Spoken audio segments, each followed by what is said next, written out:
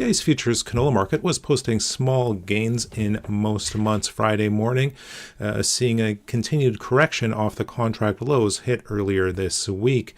The November contract up $1.30 late in the day early in the day at $598.30 per ton. It had moved above the psychological $600 mark in overnight activity, but ran into resistance.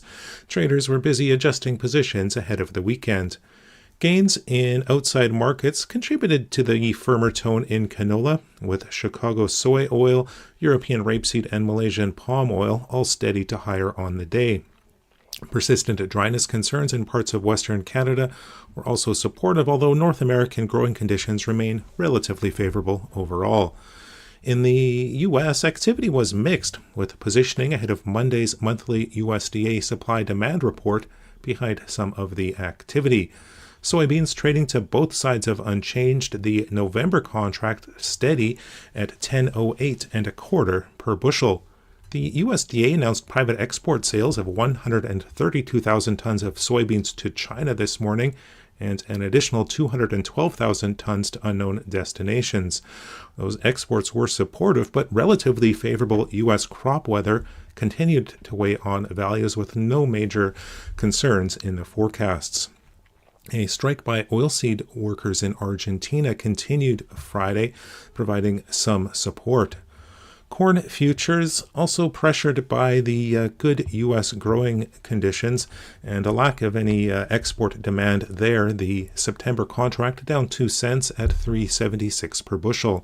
The USDA updated yield and production estimates on Monday will be followed closely, with average trade expectations calling for slight increases in corn yields from the July report. Wheat, it is posting gains in most months. Minneapolis spring wheat 9 cents higher in the September contract at $5.94 per bushel. Kansas City hard red winter wheat up 3 cents in September at $5.55 per bushel. Chicago soft wheat up 4 cents in the September contract at $5.42 per bushel.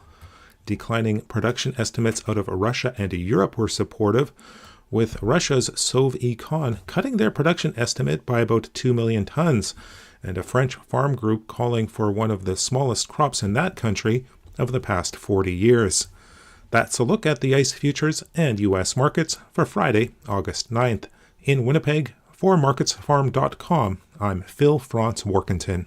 Put the unbeatable combination of power and utility to work with a New Holland Power Star Series tractor from Butler Farm Equipment in Fort St. John. In 5 models, from 65 to 100 PTO horsepower, a Power Star tractor handles jobs in the backfield, barnyard, and everywhere in between. Best-in-class cab visibility and outstanding comfort will increase your productivity. Choose the factory-installed loader that best matches your daily needs. Stop by Butler Farm Equipment in Fort St. John today.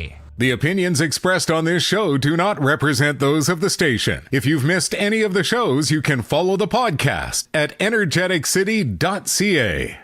Welcome to This Week in the Peace, a show dedicated to the people, events, and news of BC's Peace region. Here's your hosts, Dub Craig and Steve Berard. Welcome to This Week in the Peace. Later, I'll be chatting with Glynnis Maundrell from the Charlie Lake Conservation Society about some upcoming events, including this weekend's Beatton Bat Walk.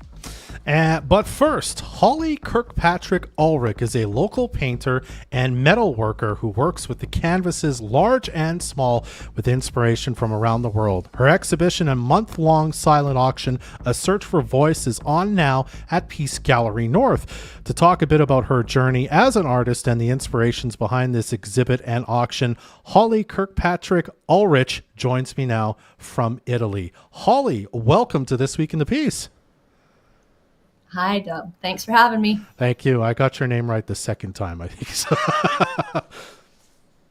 All good. So Holly, I mean, it is 39 degrees in Italy. We'll do our best to get you in and out as quickly as we can. Let's start just kind of in general, your journey as an artist that even kind of led you to having this exhibition open at Peace Gallery North. When did that journey begin for you, would you say? Oh, many, many, many years ago, before the Cultural Center existed. It was just being fundraised for. I was concentrating on the arts, learning skills, drawing, finding flow in that as a teenager and elementary kid, really. So I always wanted to do that and head in that direction. So I built my portfolio and I headed into art school right out of high school. Over in Calgary, it's a great experience. Everybody said, oh, it's really hard to make a living as an artist. And I come from a background, Fort St. John, lots of hard workers. And, I thought, well, I'm a hard worker. So if it's just hard to make a living, then I can still work hard and do it. And, many, many years later, I understand what they meant. I mean, it can be especially hard to make, I suppose, a living as an artist in a place like Fort St. John where, it's a cultural center and it's wonderful. And there's a wonderful art scene here. But typically you hear about artists moving to other places to kind of find a career in that, eh? Yeah. I mean, I lived in Calgary for about 12 years and I just ended up back in Fort St. John, and it is such a sweet little vibrant community. And I have these people, network, family that I keep coming back to connect with. And then I venture out and do my travels. I'm grateful to be able to do that. I also went on a trip when I was in high school. Now that's many decades ago. And I finally went back overseas from this trip that I went on when I was in high school. I just always wanted to come back and go to Rome, go and see the Sistine Chapel, and I just finally did. So I got to check that off my bucket list, and I'm just, I'm awe-inspired by what I saw and got to experience. When you go into the Sistine Chapel, you're not allowed to take pictures, right? Like people have seen pictures of it, like the birth of Adam where the fingers are touching is very famous, but to see it in person was just phenomenal. And everything else around it, Rome is just, it's hard to even scratch the surface of everything that's going on there. The thousands and thousands of years worth of work that's continues to be unearthed there is just phenomenal and really is humbling. I mean, my show is quite a bit more simple than that. It's just simple, inspired by the natural beauty of Switzerland. And sometimes, that's part of it too, just figuring out what to keep, what to leave out. And so I built this body of work while I had the great opportunity to live in Switzerland for a couple of years and experience that culture. So, yeah. What do you think, Holly? I mean, you clearly find lots of inspiration from traveling kind of to different places in the world and experiencing culture, seeing, how things look different, all that kind of stuff. What do you find inspiring about Fort St. John? Kind of your life growing up here, coming back, as you say, to this vibrant community.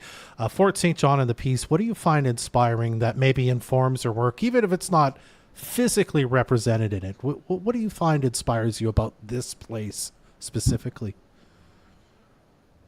I'm so glad that you're asking that, because it just brings to mind that I wanted to mention that at the Peace Gallery North, where the show is, just to inform everyone that there's no paintings of the Peace River in this show. And, a really big reason for that is that we don't have instant, easy access to see the beautiful Peace River that we live near. So every business is called Peace River Building Supply, or North Peace this and North Peace that, and Northern blah, blah, blah. And It's all related to the Peace River. But do you ever get to see it? You have to drive from Fort St. John to Taylor. You have to drive to Blackfoot, whatever. And it's just, why can't we have easier access to just go out and look at the river that's so close to us, just over the ridge? Why can't we walk down and see it and touch the water? I feel like it's just a big ripoff that we can't, and it wouldn't be that hard to build trails, to build a way down there for people that are coming through the city to see the the beauty. And if it's going to become a lake, then so be it. But let's get that access happening right away so that we can have something beautiful to be proud of. Interesting. And be inspired by. I was not expecting that. That's I guess I suppose you'd like to have more access to that so that it could inspire you, I suppose, more. And in that way, I mean, do you think traveling to other places is, I don't know, rebellion might be a hard word, but do you kind of see that as sort of like, I know I live next to this great and wonderful thing, but because it's so hard to access, I sometimes have to go to other places to see what they're about and be inspired by that instead. It could be, yeah, but really it's like you can get to it, but you pretty much have to own property on the river, and or maybe be like backcountry side by siding if you have one. But to have that access for everyone, I think would be really nice. When I lived in Calgary, you could get down to the Bow River. There's lots of cities or villages, even in Switzerland, have walkways right along the rivers, and it's just so beautiful and peaceful and refreshing to be able to walk along the river and to not have to worry about that getting down there. So in Calgary they have like these stairways the stairway that would go down. I'm trying to show you what I mean. Like it's like a spiral staircase basically that people would jog up and down, and then you can get running along the Bow River, then you jog up, go to the different areas.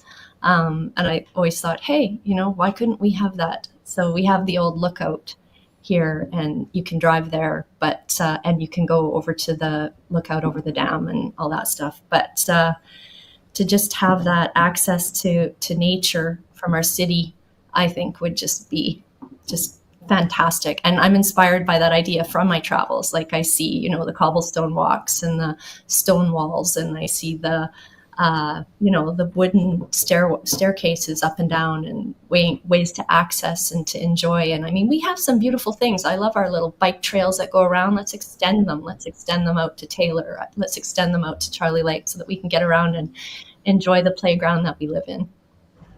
So Holly, we also have a long winter. I got to put that too. We have a long winter. So, that's one thing about the hard work. We work during the winter, or sometimes we get away during the winter too, if we're lucky. But making art and creating sometimes can be something that's an indoor activity. So you get your inspiration when you're out exploring the world, and then bring it back and use that inspiration in the winter, like the little mouse Frederick, when he tells everybody in the winter the stories of what he saw in the summer. Wonderful. I don't know if you know that story, but I think I know what you're talking about. Let's talk a bit about your exhibit on at Peace Gallery North. You mentioned earlier when you were younger, you were drawing, painting, you were trying lots of different things. I believe this exhibit is all painting and metal work, if I've got that right. What are those always kind of your chosen forms of expression, and why is that sort of, how and why you chose to express yourself in this exhibit and beyond? I always am exploring different materials and mediums. I love drawing, and I'm thinking that as time goes on, I'm probably going to be focusing more on just some pencil drawings, and continuing with the watercolor. It's such a beautiful medium. I like the paper. I like that quality of the watercolor paper, and then the metalwork. That's going to be relegated to a hobby. So what you see at the gallery right now, I'm not going to be doing too much more of that for a while. Okay. I have repetitive strain injuries in my wrists, and as much as I love it, and I do find flow when I do it, and that was my training and my focus in art school, I just find there's too much competition for that kind of workout in the world. You can buy earrings for $1 on the internet. You certainly can't make a living competing with that, and you can find nice things. So you can break your neck trying to make this stuff, and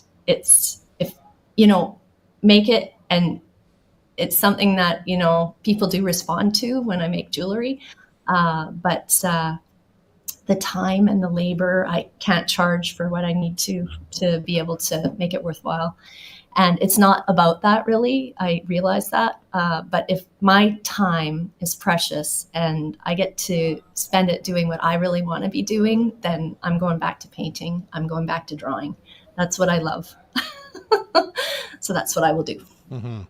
And the setup of this exhibition is a little bit different than we normally see. Normally you have an opening reception and then it's kind of on display for the month. But this time you're going to have a closing reception. And I think part of the reason is because you're doing kind of a silent auction of all the pieces throughout the month, which I believe serves as a fundraiser as well. Tell us a bit about your decision to kind of do it that way and why you wanted to raise some funds while doing it.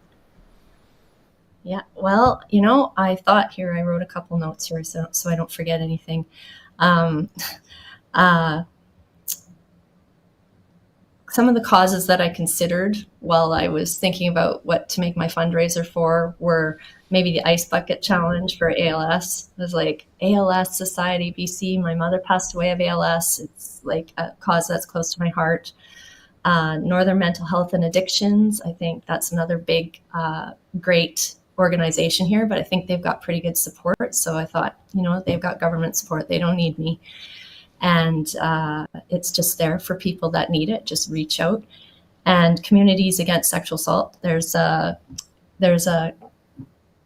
society in Calgary called Calgary Communities Against Sexual Assault. And I always thought that's such a great organization that I'd love to support any way I can. But in the end, I had to decide, and I chose Salvation Army because they provide to people in our community in immediate need. I know this for a fact because I volunteered in the soup kitchen for a chunk of time, and the food that is donated is available and up for grabs for those who need it. So, that's really something that's something I support. I dug up some information on the internet, and it confirmed to me that the Salvation Army will help anyone in need without discrimination, and I support that.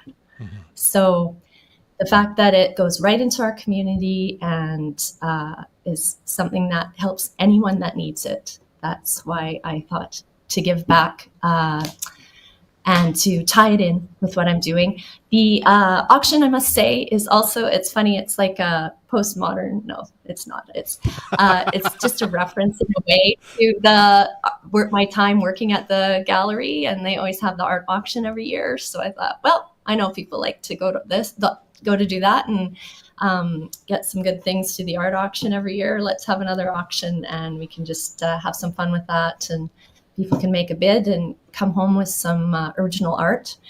The frames are simple. I've just kept it very simple as I can. So it's kept the costs down so that I can offer at below market value something that, it's like sort of little an investment in possible future treasure. Mm-hmm. You never know what something will be worth down the road when I'm no longer around. Who knows?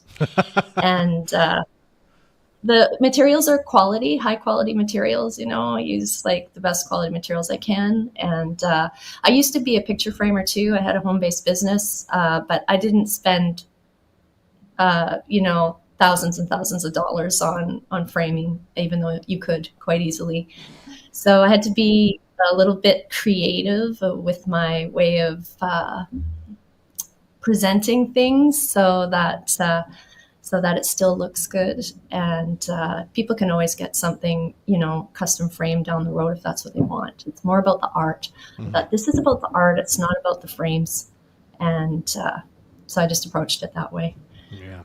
Holly, one last question for you. Do you have kind of a goal in mind for how much you're hoping to fundraise, or you're happy that you're able to sell some painting and make some money for the Salvation Army?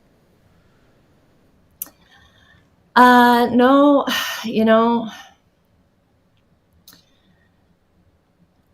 I don't have really high expectations. I really am letting go of all expectations. I'm putting it out there for people to come see the show and open to see what their response is. You create a body of work and you put it out there and you see kind of where it goes from there.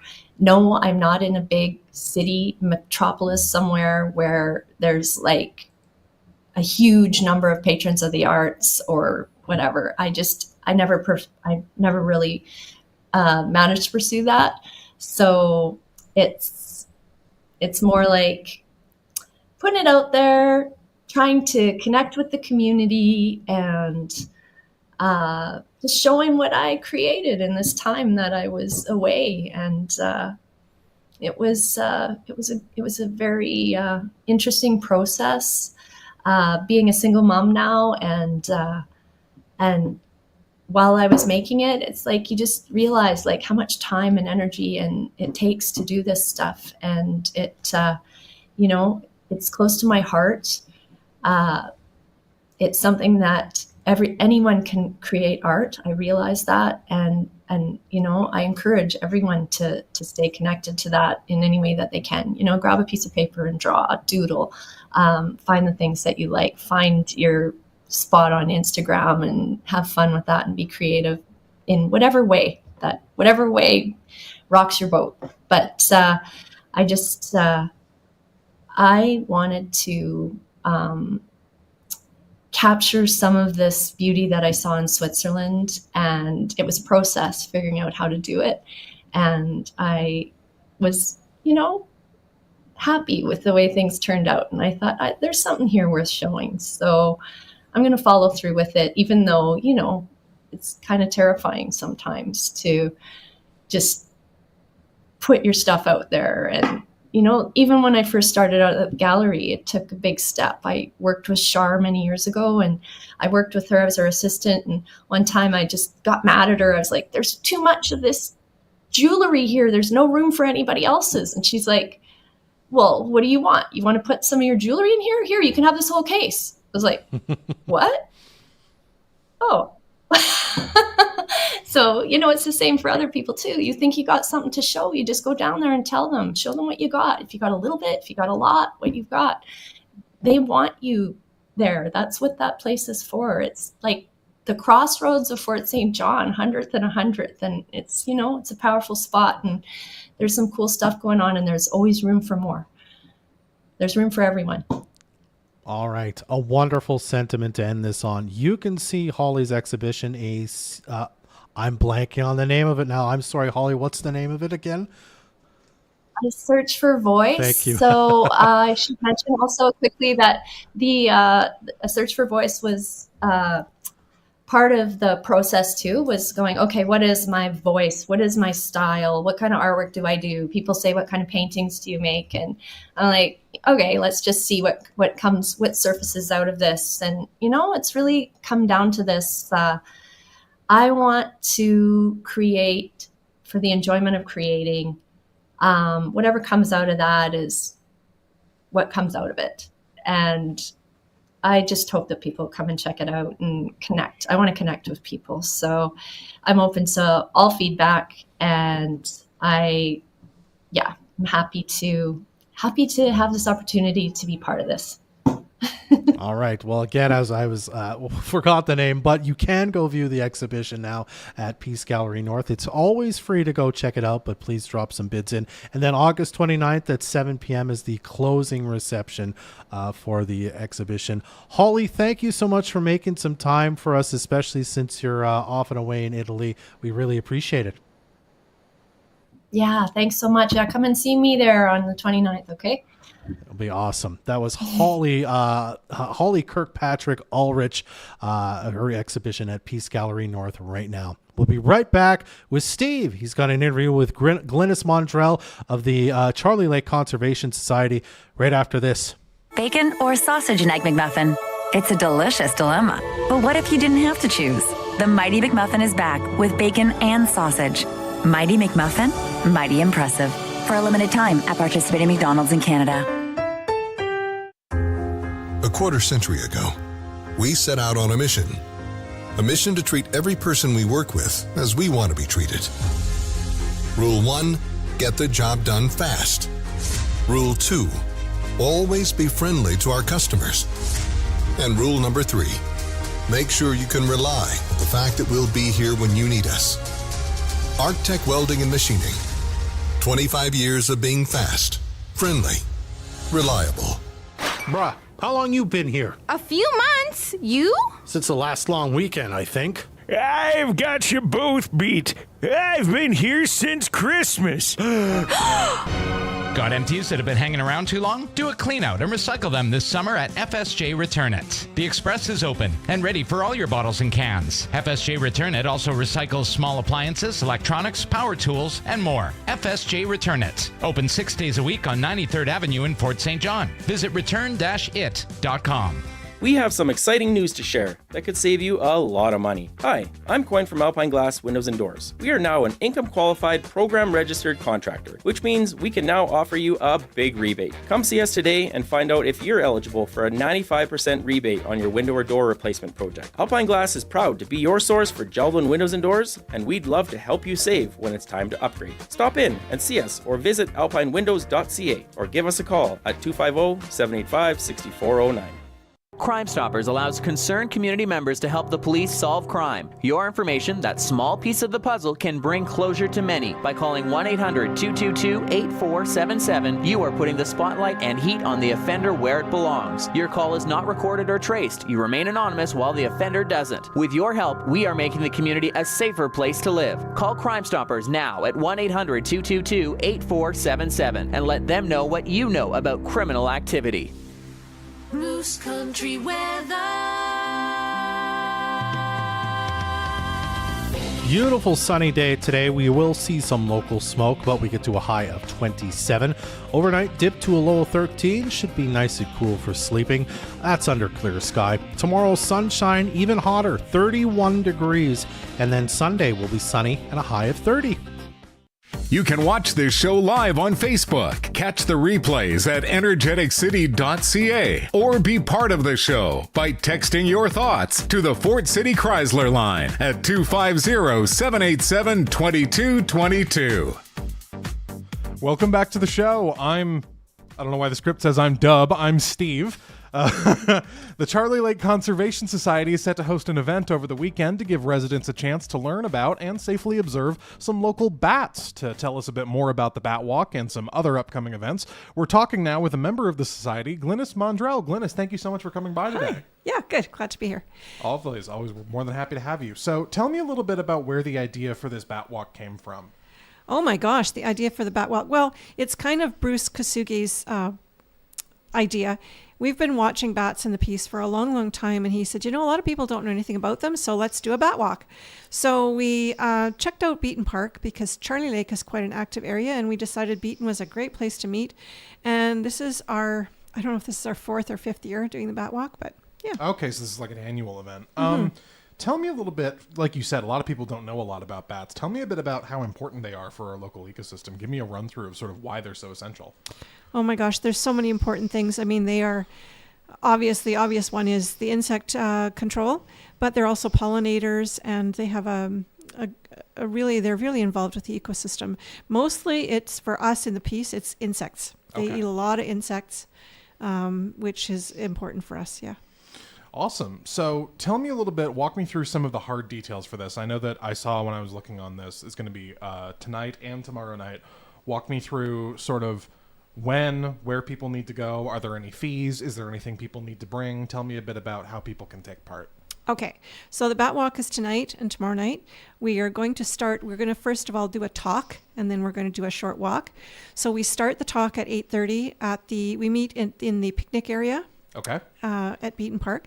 So we just do a brief PowerPoint presentation to give people some information, and then we have a couple of pieces of technology that are fun for people to use, and then we go out and we actually see the bats. There's quite a tight window. They come out shortly after the sun goes down, so you only really have those few minutes around dusk to actually be able to see them, because after that we can't see them. They're out there busy, but if we want to see them, we have to be there kind of in that window.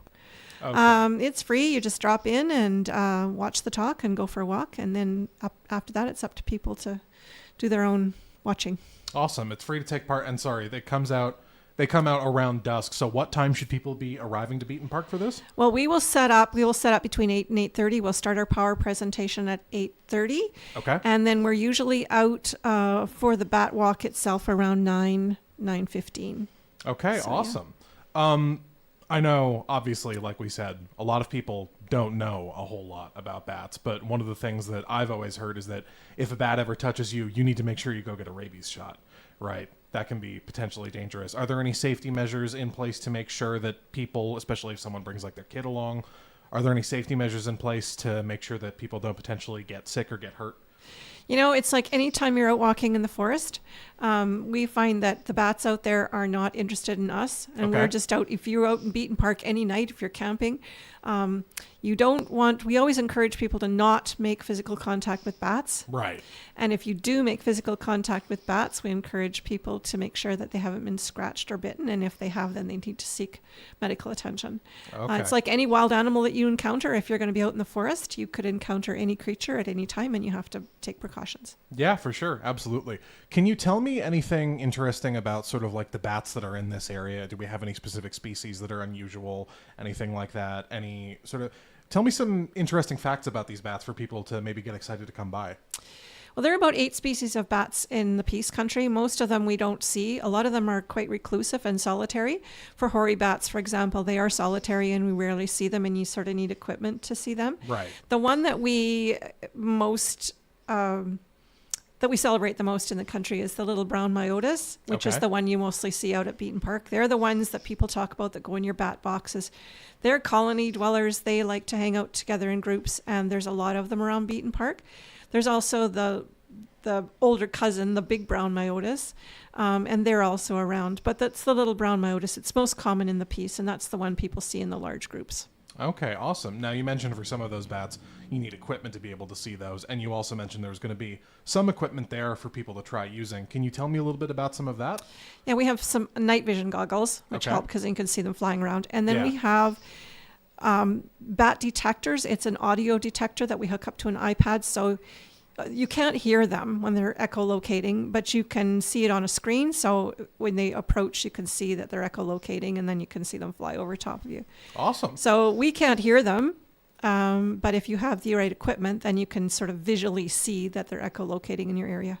Awesome. Sounds like a lot of fun. Now, some people are going to hear about this. They're going to become interested in the Conservation Society. Maybe they're not going to be able to attend this weekend. Are there any other events coming up that you guys are doing? I know when I looked on your Facebook page, I saw some stuff about nature journaling. Is there anything like that coming up in the next couple of weeks? Yeah, we've had kind of a busy summer, and we've got one more event after the Bat Walk. We're going to do some nature journaling. I think our 3rd or 4th session of this, but we're going to do it in the community forest, just outside Fort St. John by the college. Okay. Because we think if people can't get themselves out to Beatton Park, we just want to introduce them to that. And that's on the 21st of September at 1 o'clock. Okay. And again, hard details there. 21st of September, roughly what time? 1 o'clock. 1 o'clock. Yep. Anything anybody needs to bring along other than obviously something to write down on? Yeah, we have things to write down on. If you have a journal that you want to bring, we have a little presentation that we make, and then we just want to get people out and tell them why everybody should be sitting out in the forest journaling. Okay, awesome. Last question. If people hear about the Conservation Society, maybe they're interested, where can they go? Who can they talk to learn more? You know, the best place to go is to the Facebook page. There's several of us around the community. They can get in touch with us personally if they know us. But go to our Facebook page, and then we can make contact with you that way. Okay, awesome. So that's the Bat Walk. That is tonight and tomorrow. Setting up between 8 and 8:30, and then hopefully hitting the trails by 9:15. Glynnis, thank you so much for your time today. We really appreciate it. Yes, thanks a lot. That was Glynnis Maundrell of the Charlie Lake Conservation Society. Thanks again to Holly Kirkpatrick Ulrich for joining us today on This Week in the Peace. And thank you for tuning in. You can listen to this show again by checking out the podcast at Energeticcity.ca/podcast. We'll store this in future episodes of the show there as we make them. Also, check out our other locally produced podcasts, Before the Peace and Secrets of the North as well. That's our show. I'm Dub Craig. And I'm Steve Berard. I'm stealing Dub's catchphrase, be well. Join us again next Friday morning at 10 for another edition of This Week in the Peace, your weekly talk show dedicated to the people, events, and news of BC's Peace Region. Or you can listen to this podcast again at Energeticcity.ca. Friend Fest returns